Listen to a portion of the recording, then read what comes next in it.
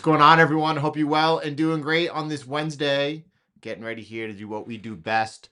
Put the time in together, keep our heads down, stay in front of everything and on the right side. We got bears lurking in the background, and rightfully so. At this particular point in time, our positioning has gone to, when we're looking at stocks, to completely flat, right? We'll talk about that couple of week period in just a moment.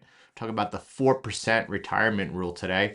We're going to talk about Bitcoin and crypto. Bitcoin bull runs out of the market.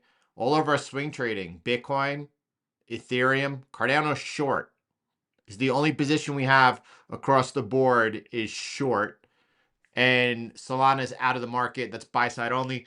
So yeah, the bears are lurking in the background over here, and we got like our focus is on what I deem to be probably the most pivotal point ahead. That pivotal point is the 31st, the day that we have Meta, Alphabet, and Microsoft's earnings. Really want to pay attention, not to them just beating, but what their forecasts are, how much money they plan on spending in the next quarter and the next year ahead. And then of course we just don't want to see any surprises at all. That's something pivotal that could take, like a narrative is silly to me. That's a pivotal piece of information that could change our expectations going forward. And then of course we have the summit days after that between President Trump and Z, and the outcome of that is really important to what the end of the year looks like. So those are the things that we're watching. Right now we see the bears lurking in the background, and I have to be honest, it feels good. It feels right, I should say. It doesn't feel good that the only position we have at this particular moment here is seeing that momentum roll over out onto the lowest end of the curve and out there on Cardano. We'll see what happens, what transpires from here. The title of this video of today's session is, right, that this things are getting crazy. And then in the thumbnail, it's like that's not normal. This is wild. So let's cover that right now together. And first of all, you're looking at a chart here of Bitcoin versus silver. And man, silver is making a really strong move against Bitcoin over here right now. It's about a 38% drawdown from the all-time high. We could see it in a bear market. And see, the thing is Bitcoin is obviously expected to outperform not not just silver, gold as well. Let me just jump over and start over here with you all, and you can look at what is a CAGRs of Bitcoin, gold, silver, and you could see the 1 year. Everyone is like right now. Everyone is seeing the mega outperformance of gold, and I think there's a little bit of like feeling of like when Bitcoin's trading at an all-time high, you're like, I'm under positioned Bitcoin and I don't own enough. And seeing gold's outperformance in 2025, it's like, oh man, oh, but 12 months, like from today to 1 year out, Bitcoin's outperforming gold. And we've looked at that could change as we get to January, right? Because from January 1st, 2025 till today, gold is outperforming Bitcoin. But again, we looked at, well, the Bitcoin had just risen 50%, 50% in 45 days. Bitcoin doing Bitcoin things after the election. And yeah, we would like to see that into the end of the year, Bitcoin be able to break out to new all-time highs, to put some space in between. But outside the 4 year CAGR is important also. And in this one, you could see that both gold and silver outperform Bitcoin. And we all know that the reason for that is you're looking here and measuring from when Bitcoin was at a previous high, went through a bear market, right? And of course, the trajectory of gold has been a lot more level and smoother, a lot more. And Bitcoin is a lot more volatile, as to be expected when your market cap is growing as such. But that's the only period you'll find, the 4 year period, and the outperformance is marginal between Bitcoin and gold and silver. And in every other year, with the exception of this current year, you are seeing a strong outperformance by Bitcoin. Is that my expectation going forward? What happens if we hit a bear market? If we hit a bear market where Bitcoin is coming off 60%, then the outperformance is going to be apparent in gold. Did you see Secretary Bessent commenting on gold and the price? And he's like, "Well, there are more buyers than sellers, and that's the truth of the truth." Um, let's come back to that. Let's move over here. And what's interesting about this move over here that you're seeing is that obviously, well, Bitcoin is not in a bear market. Bitcoin is, just off the all-time high, not too far off. What's the correction in Bitcoin, by the way? Just let me get a measurement here. And Bitcoin off the all-time high is currently off 11%. I feel like bear market vibes are everywhere.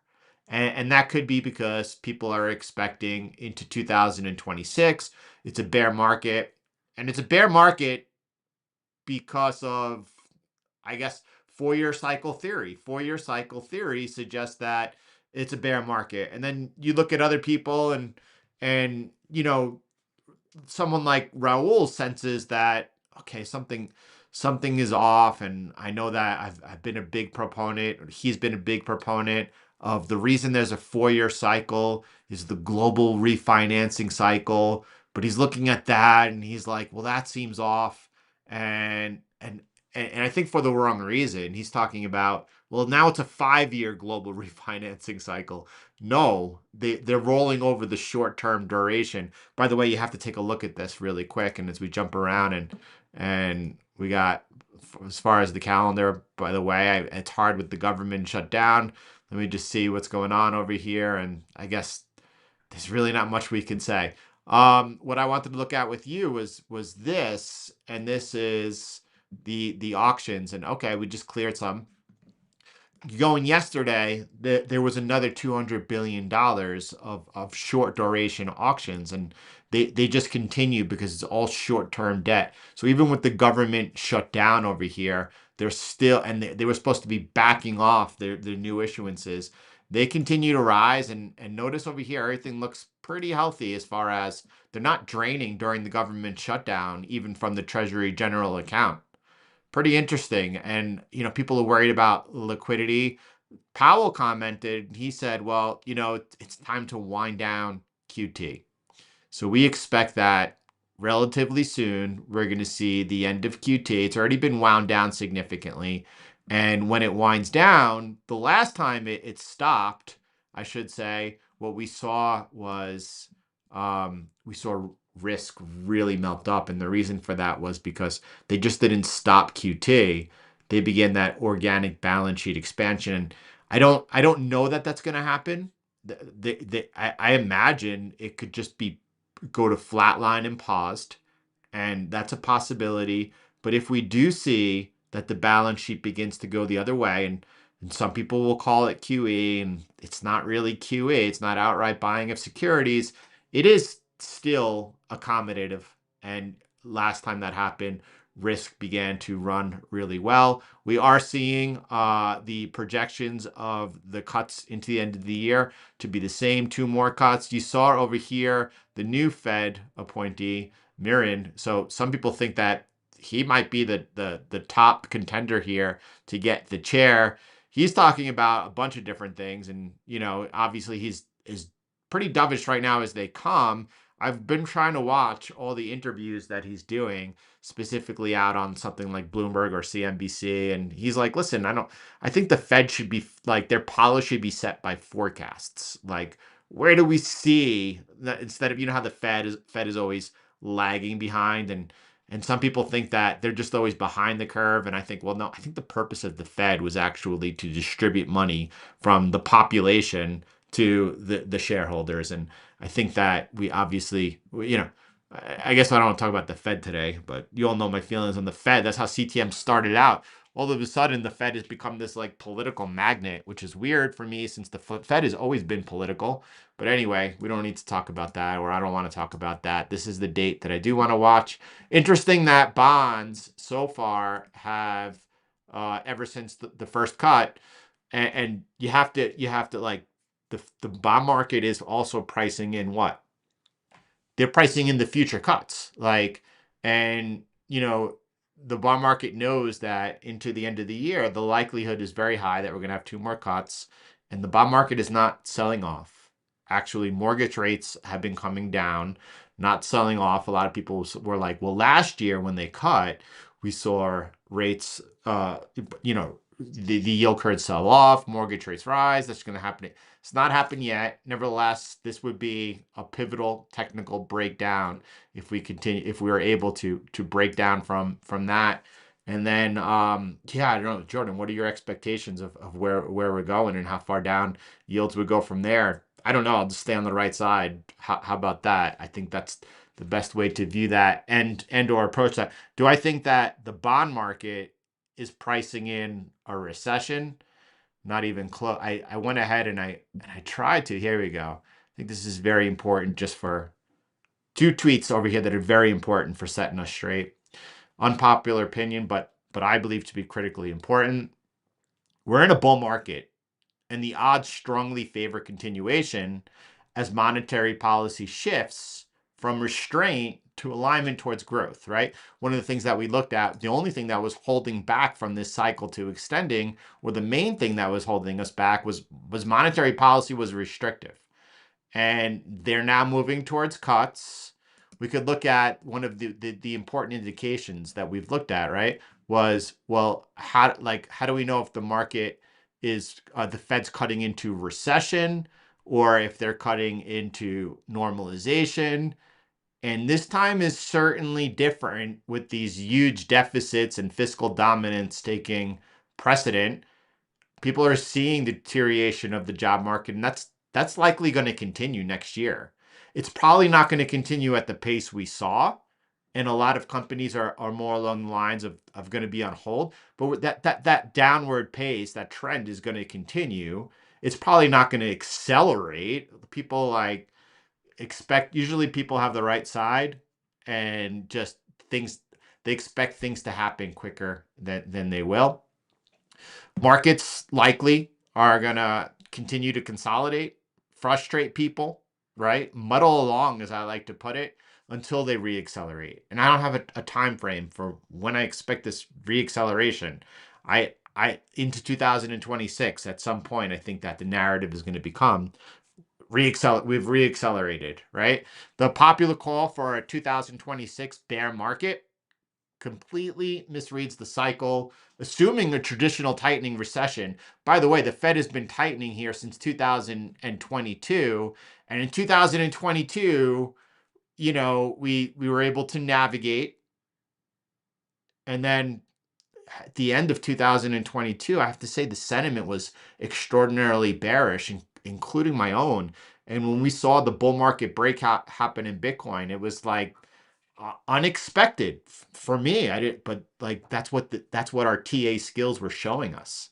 And then we had shortly thereafter, weeks after, the first repair, the first breakout, the massive trend line on the Nasdaq, and it was like I close my eyes because I just don't see it. And yeah, most people have really been on the wrong side or late. I would say they're late. So but the point was being that whole run up, and the reason they were late was because Fed policy was tight, and they were trying to tighten that economy that had this massive momentum behind it, and they went to that rate shock that no one was expecting except CTM put out in October 2016, October 16th, 2021, rate shock in 2022. So some people did expect it, right? And we said Bitcoin is not immune. Bitcoin had a massive bear market, but the whole time that they've kept rates elevated and policy tight, we've seen risk begin a 3-year bull market so far. And now they're beginning to loosen it up. Is that bull market coming to an end because they're cutting rates? Or is that going to provide like they're cutting like in 1998 into a boom. And is that loosening of monetary policy going to cause what eventually becomes a crack up? You know, and that's what we're watching for. But people, I believe people are assuming a traditional tightening recession, but we're already in a fiscal dominant era. You should be able to see that with as monetary policy was so tight. It was Jordan, the job market's coming off. Since 2022, we just had fake data. It turns out this whole time that, yeah, jobs have been lost. Companies continue to make record profits, heavily weighted towards these behemoths, these beasts. They are cash cows, profit machines, and they're spending their cash like crazy. They're spending their reserves like crazy because they're in the midst of this AI race, right? And they all feel like they can't spend enough. Now, there's many questions.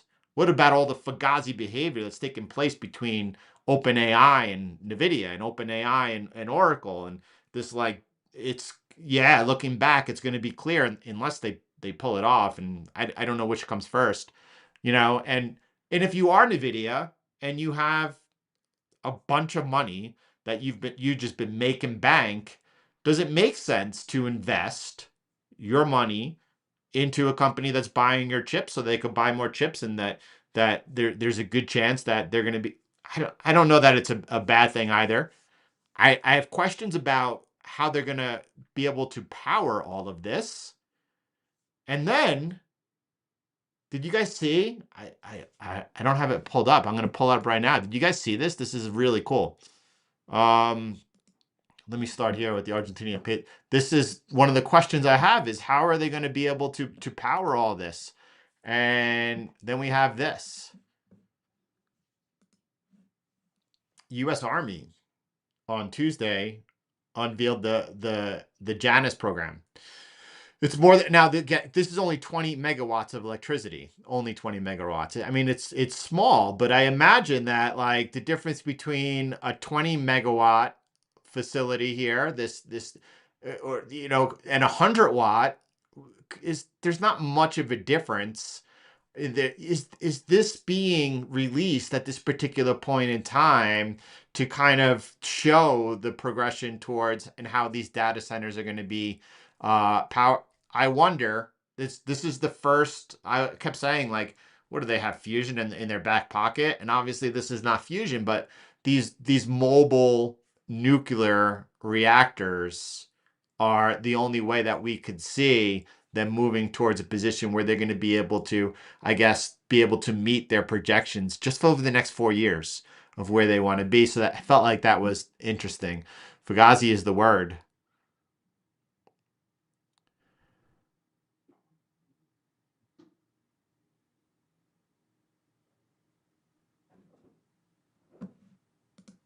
Let's jump back over here. So I put out that was the macro view, and because the bears are in the background.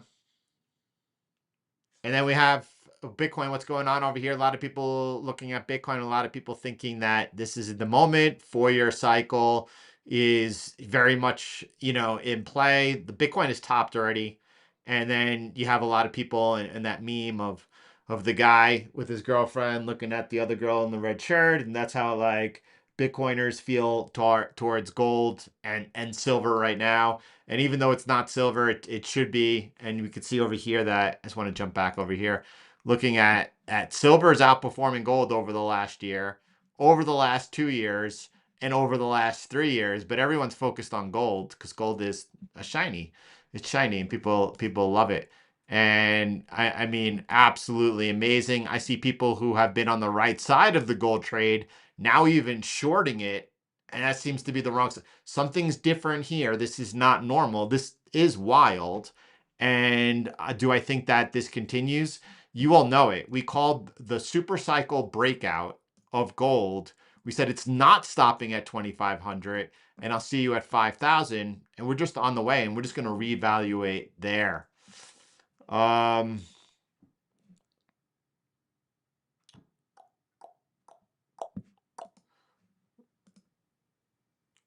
Ethereum still holding it. Let me jump back over here. I just wanted to figure out and continue over here where we're talking about gold. So SoFi, and this aligns with my macro view, right? We're just into some mid-cycle. We're mid-cycle. We're consolidating, and there's obviously no blow-off structure. So it would 4-year cycle could happen without a blow-off, right? 4-year cycle is 3 years of bull market, 1 year of bear market, blah blah blah blah blah. And I mean, anyway, soon enough. Are there any early signs of distribution behavior taking place, right? Well, not yet, but there could always be, so we're watching out for it.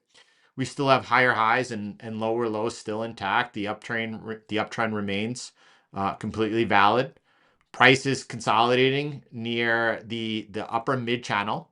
Here's the channel that we're looking at, and historically has not been where we've seen any blow off tops. And again, outside of an adoption event, it's hard to imagine a situation or a scenario that could cause any type of magnificent rise in the price of Bitcoin to cause a blow off. Now, what about gold? Gold is having an adoption event. What do you mean? Well, central banks are buying gold in place of US treasuries, and it's having an adoption event right now. Is that causing a blow off top? Well, the difference between the blow off tops as you relate them to Bitcoin was this is an extremely small market cap. And in that extremely small market cap, you would see retails, highly emotionally like involved, and it caused these exasperated movements. Now, is gold into a blow off top?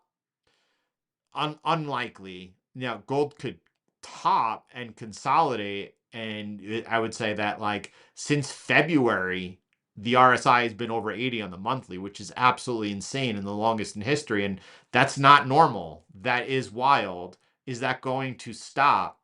Trying to man, I mean, the most important piece here is that the central banks are not going to stop bidding gold in order to buy US treasuries. And likely at this point, they're not going to be diversifying into Bitcoin. Now, fast forward X amount of years, 4, 5, 6 years, could we see central banks then beginning to take on gold and putting on their balance sheet? Absolutely. And ultimately, I think that is going to happen.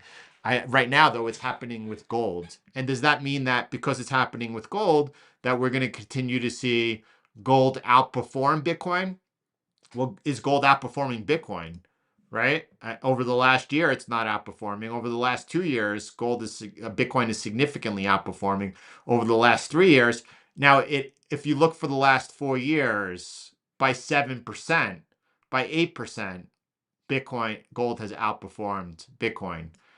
And that's the only other time you'll find it outperforming. So no, even with this massive and tremendous shift that's taking place, gold is going absolutely smashing it, bonkers. But does that mean that I hope that points you that I hope that without saying it is able to put Let me take a break for a second. I appreciate all the thumbs up. I appreciate more than that you all being here and putting the work in. And that's the truth of it. We work really hard. Let's just jump over here and come back in 1 second. And I'll start over here. Obviously, our positioning right now, Bitcoin bull runs, is out of the market, right? Does that mean that we've entered a bear market? Never, no, and we never know. But it does suggest that momentum here has waned, and until we get back into the market, right? Expectations here, it's a time to be cautious. We see all of our swing trading templates out of the market, except for Cardano, which is short. Again, that's just showing weakness in the market. We have the bears lurking in the background, no doubt. By the way, this is a good time to come over here and change as Bitcoin bull runs is out of the market and make sure that you have ST2 turned on. There we go. And there we go. So people didn't. I was saying that. I mean, it looks like a bear flag is potentially printing over here. It seems like the right entry. We got we got powder on the weakness. We'll find out if it materializes or not. The 4-year rule coming right into that right now because just wanted to start out and talk about what's happened on stocks as we've moved now 100% into cash. And as a healthy reminder, as you all know, right? We were 100% into stocks right over here. I'm like, oh, like by the end, right over here in mid-August, I was like, you know what? I imagine by the end of September we're trading lower than we are right now, which obviously did not happen. We traded significantly higher. And I said, I believe any positions we take are just going to get chopped up. Like we'll be buying and probably going to get stopped out, chopped up, some winners, some losses.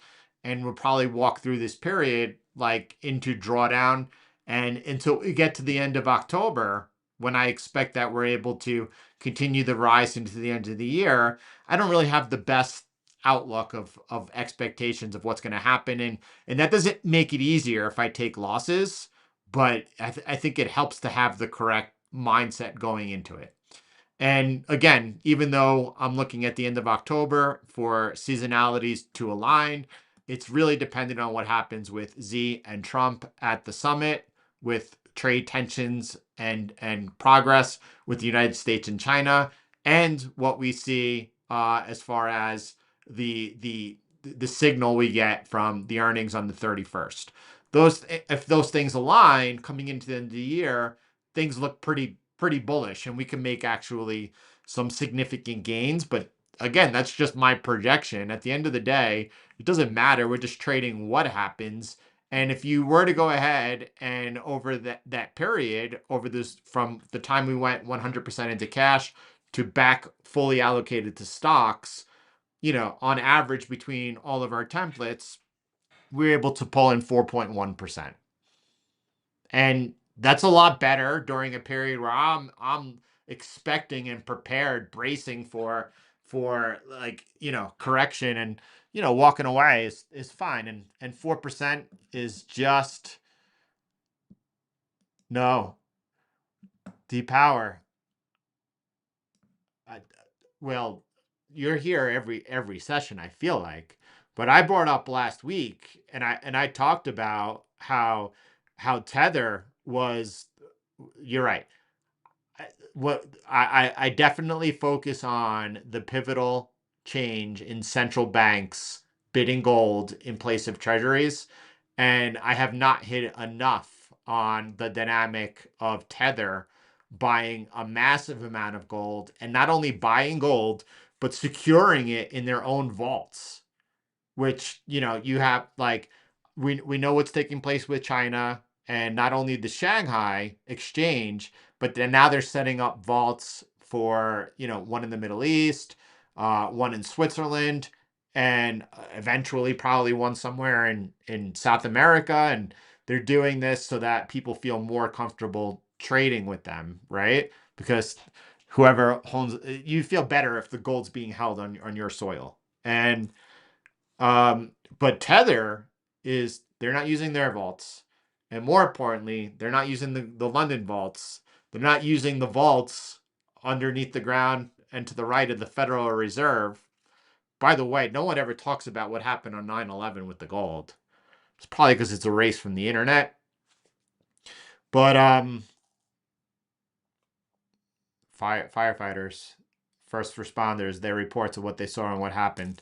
But Tether is holding and securing their own gold outside of those vaults, which simply just means there's less room for all of that rehypothecation to take place, because that gold is not in vaults where it normally would be. And I think that is a massive depower. You're right. A massive, massive, massive change in the whole dynamic, and they are absolutely at a time that we're seeing this bid taking place with central banks over treasuries into gold, throw on the tether, that gasoline onto the fire, and that's why this is not normal, and this is wild. And does this make the, like, is this something that we have to reevaluate our thesis on Bitcoin? Absolutely not, in my opinion, at all. Absolutely not. So 4% though, during that 2 week period when expectations were we get wrecked, it reminded me of the 4% rule. And the 4% rule is a popular retirement guideline to help people determine how much they can safely withdraw from their investment portfolio each year. Now, a lot of people talk about retiring on Bitcoin, and I've heard some people speak about retiring on Bitcoin, and they're like, this gets a little dangerous in my opinion. So let's just talk about it. They're like, listen, because of Bitcoin's past CAGR, and you have to look at, like, CAGRs change and will change. And if you look at, for example, coming back, 10 years ago, the CAGR of Bitcoin of gold and silver were extremely small. Worse, when we look at the 4% rule, it's done with a 50% portfolio, 50% stocks, 50% bonds. And like bonds CAGR, look at this. This is, I guess if you're using the S&P 500 and you're looking for 4% and you take 50% between the each, you're still there. It's still working out, but it seems, I guess, really bad. So anyway, I'm going to get into it a lot further. Let's do this. That was just trying to get the overview. So if you would draw 4% a year from your retirement in the first year, and then each year thereafter, you're adjusting for inflation, your money should last 30 years. This comes from a study that was done in 1998 called the Trinity Study, and they backtested US stocks and bonds over a rolling 30-year period going back towards 1926. And they said a 50% stocks and 50% bonds had a 95% success rate of being able to withdraw 4%, for 30 years. Now, listen, first of all, you don't want, you're ready, you're retiring, you don't want your money to last 30 years. First of all, you don't know how long you're ultimately going to live, and more importantly, you want to be able to like, the money's broken. People that are graduating college right now and looking for a job, and actually some of the computer scientists probably are one of the last possible potentials to get a job in tech, right? And that sounds really bad, and I don't, but it is what it is. And you want to do whatever you can. It's not their fault, those that come after us. We want to do our best to make sure that we survive, we thrive, and we're able to help the generations behind us. That's exactly what we want to do. Now, one of the criticisms of this, by the way, is that you could a bucket strategy.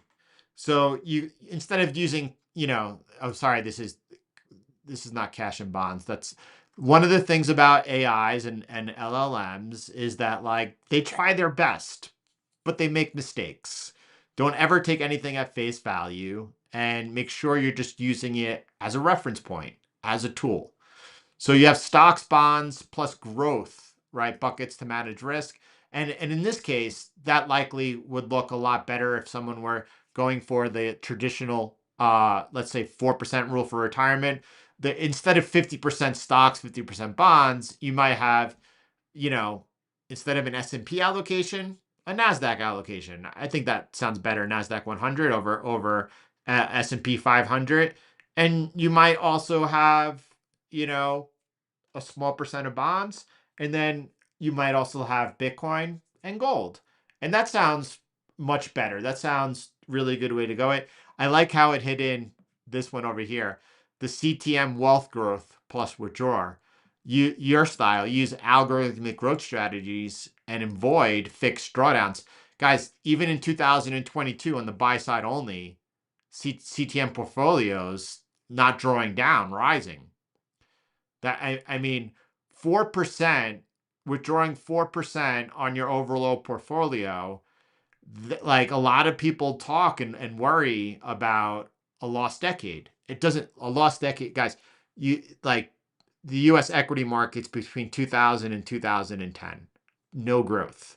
And if you're retiring 10 years of withdrawing down on your balance and not being able to grow that, that's bad news bears.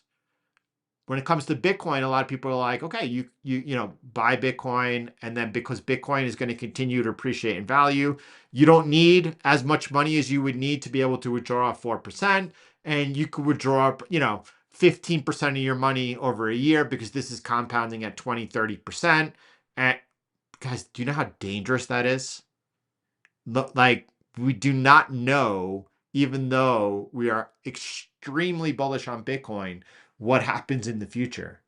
Not like there's not one gold bug that I know who expected gold to go sideways for 10 years between 2010 and 2020. And it is true that if Bitcoin is deemed as a threat to the powers that be, they're going to try to suppress price. Now, are they going to be able to do it for so long? Do we win? Of course, guys, I'm more bullish than ever. But the honest truth is that we just don't know what happens. Anyway, um, one of the things that I thought I would like to build off this in the session ahead is, someone who is retiring off of Bitcoin, how they could use Bitcoin bull runs as a hedge. And that's something that I think that we should continue to look into. I'm going to just leave this up here and we'll fall back to it. Woo!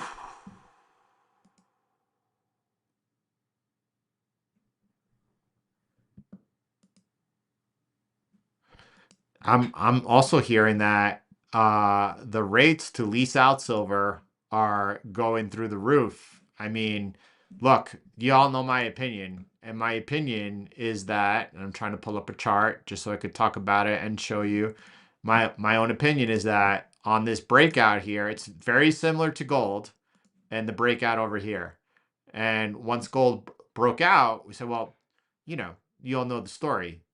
And silver is in a very similar situation right now. Yeah, the RSI is so overbought, but it's just getting overbought. And yeah, I don't think it's going to be too long between the 2,500 on gold. I would say is, even though that's not that far away. For silver, I'm gonna 70 is kind of the approximate. And if I had to say, oh, I'll see a 5,000 and then we'll talk and reevaluate. I'm gonna have to say for silver, it's probably somewhere around 120, 150, and that's the direction I think we're going.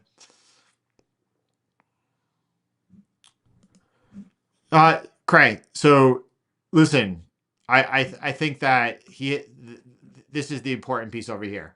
First of all, two important pieces. Like you're looking to set up retirement. You like start over here. Hold on one second.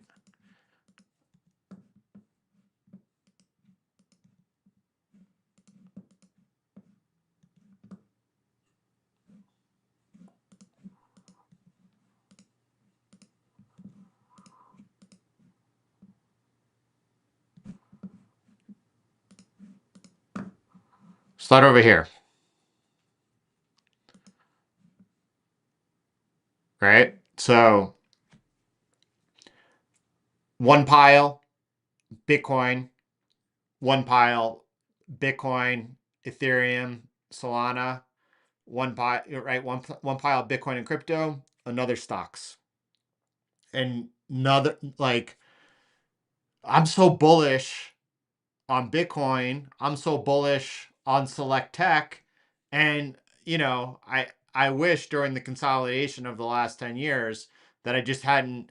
The problem was I had a position that for forever was basically going nowhere and underwater. And when it came to the metals, and that's the risk. It could have. You don't know what's going to outperform.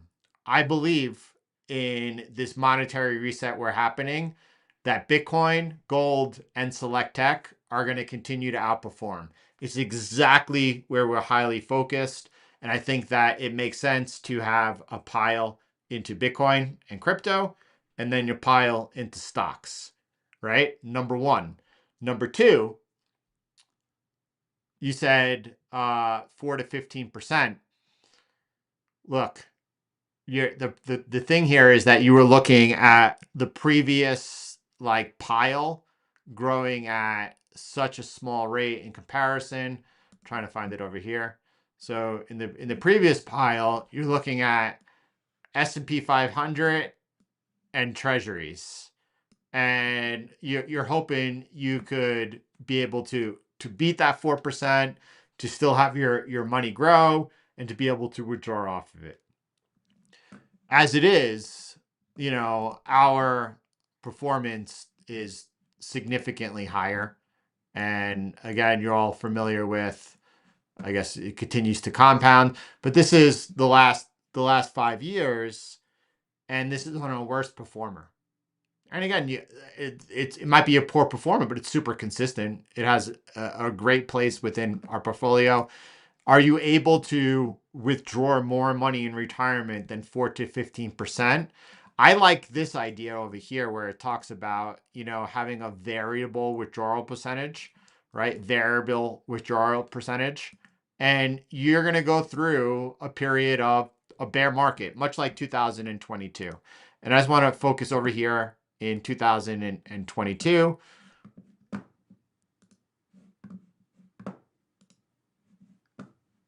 On TQQQ.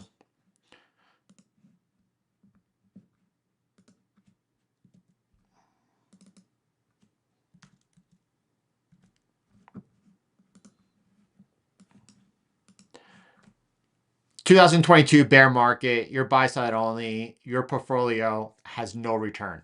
Now, it also had no drawdown. And let's pretend that you're retired and you're using the traditional formula format, and like just stocks here, forget about what bonds did. And what did bonds do in 2022? Probably nothing.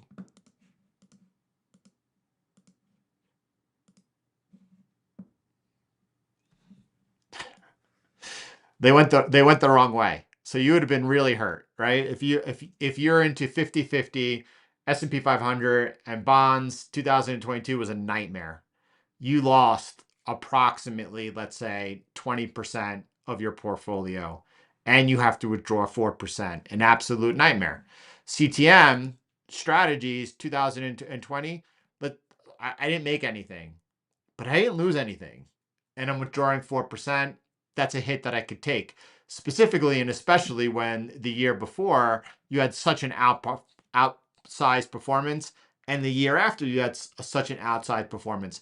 But what happens in one of those years? What happens in not like a devaluation year, but the following year, 2023, you have, and I'm using TQQQ, worst performer, you have 177% growth in your portfolio. And, whether or not this is in a retirement account or a normal account, and the taxes you're paying on that, like you have room here to take out way more than 14 to 15% this year. You have a lot more liberty, and even taking out a substantial portion of those gains, even if you took out 50% after taxes, your portfolio is still growing at an abnormal rate. It's a really clear way to see it. Here you can look at something like, hold on one second, because it's got to load. It's coming. But right before going live, for some reason, my machine froze, and I had to do a restart it. So not one page was loaded. But I have over here a tool that I want to find out. Tommy, when did you join us? Did you just join us?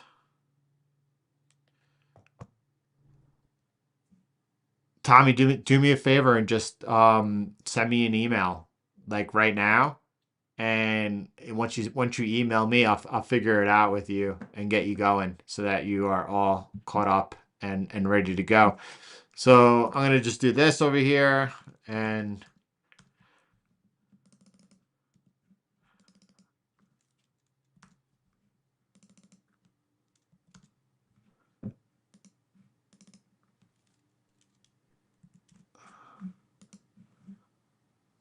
and you could look at it with taxes, and you should look at it with taxes, and you could say that, like, you know, this is the yield I'm making, this is after taxes, and that's how you need to plan it out. Tommy, make sure you email me right now.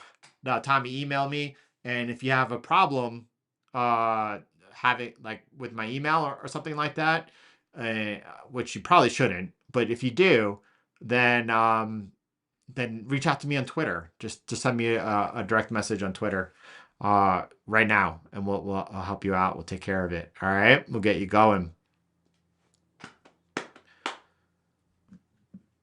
Ooh, I did what? I had no idea about that whatsoever, Brandon. Everyone, thanks for being here for today. Good session as always. Guys, it compounds like crazy. Everything in your life needs to compound. Those of you here that show up and put the work in, I get it. It's not sensational. We're just not sensational people. We're not looking like for crazy ideas and like Jordan. You're talking about like just muddling along in the yes. Here, it's guys. You guys are great. God bless you. Have a beautiful day, everyone. I'll see y'all back on the inside.